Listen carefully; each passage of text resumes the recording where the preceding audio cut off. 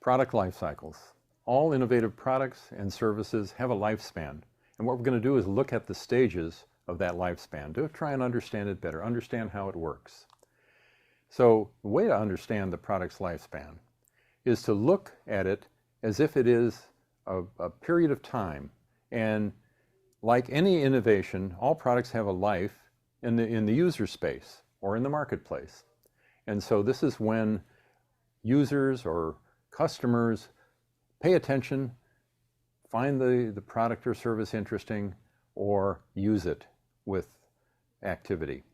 In its first stage, the innovative product is ready for customer use and it's introduced into the marketplace, and sales and its use are fairly low because it's just being introduced into the marketplace. So in the next stage, the appeal becomes more obvious and there is a certain amount of growth in sales and popularity and use in the marketplace. And then sales tail off. They flatten out. They're mature. And this is called the third stage in that level of growth. And so then we reach a fourth stage where there is either decline in the product's use or reinvention of the product with some new form of innovation. So we're going to take a look at how that appears in a diagram here. In this diagram, you can see the four stages of the product life cycle. On the first stage, very low sales, it's being introduced, so the vertical axis indicates that there's not much happening. Then the second stage, there is a spurt of growth, and then sales increase, popularity increases, the use of the product or service increases, and then it reaches a stage where there's maturity in the life cycle.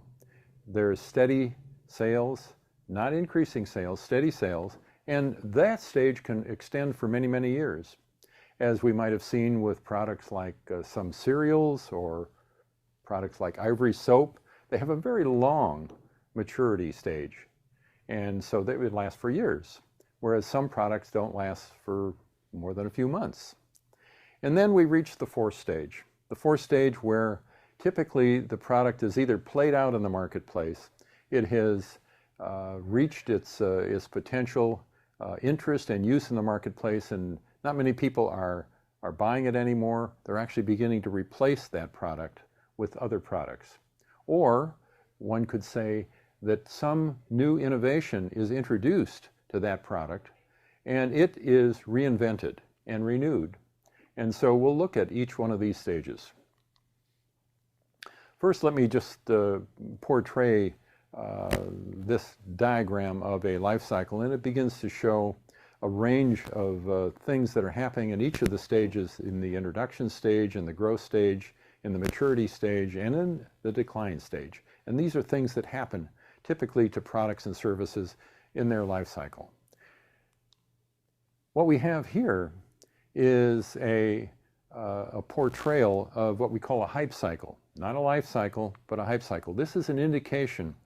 It's by the firm Gartner. It's a marketing, management consulting firm that looks at analytics and looks at what happens to a product or service or an idea in the marketplace. And what they've done is they've laid out a number of different phases in which there is interest in a product or a service or an innovation for that matter. And there is, in that first phase, what we call a technology trigger. And then there is a peak of interest. And then there's what they call a trough of disillusionment, where the innovation maybe didn't meet all the expectations that were expected. And then there's what they call a slope of enlightenment. And that is a gradual increase in the realization of the value of that innovation. And so you can begin to frame what happens to an innovation and what stage an innovation is actually happening, and what stage a new product is happening, or perhaps an innovative service along this hype cycle. So let's summarize some of the ideas about life cycle. Why is it important to understand life cycles? It's important because innovations, products, and services all go through these stages. And so most innovative products and services will have a fairly definable life cycle. They may reflect the kind of traditional cycle that we portrayed in our diagram earlier, or they may extend some of those phases. Where products really stay in the marketplace, they will have a very long maturity phase. So the lifespans of innovations can vary depending on their popularity and durability. And as we say, in the maturity phase of the life cycle, they can extend for years. And all innovative products and services reach a stage where they either decline or cease to be of interest in the marketplace, or become reinvented and live another life and trigger another life cycle.